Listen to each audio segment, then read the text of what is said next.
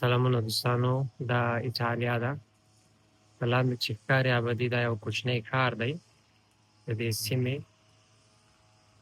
ایټالیا په اروپا کې یو له هغو زراعتي هېوادونو څخه دی چې ښکلې او خوږې میوې لري، بېلابېل فصلونه لري. زراعتي هېواد دی، ښکلې آب و هوا، خوږې اوبه لري، ګڼ ځنګلونه هم لري د اروپا نورو هېوادونو په پرتله باندې. مخامخ لوی او دنګ غرونه چې ښکاري د دې شاته یوه سیمه ده چې اولو کې موږ راغلو اروپا ته، ایټالیا ته.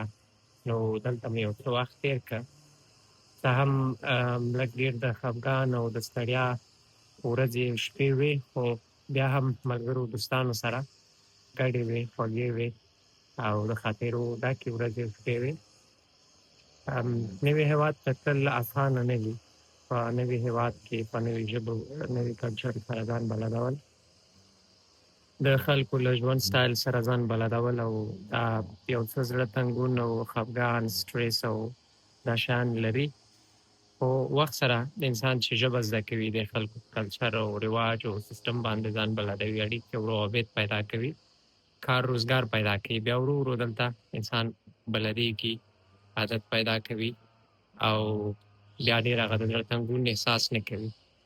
نو دا یو کوچنی ویډیو مې غوښتل تاسو سره شریکه کړم، او دا زه نن په هغه کور کې ولاړ یم چې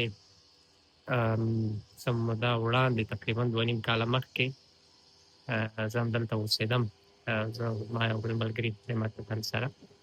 نو فلحال بیا راغلی یم، په زړو میلو باندې ګرځم، په زړو ادرسونو او زړو ځایونو باندې ګرځم.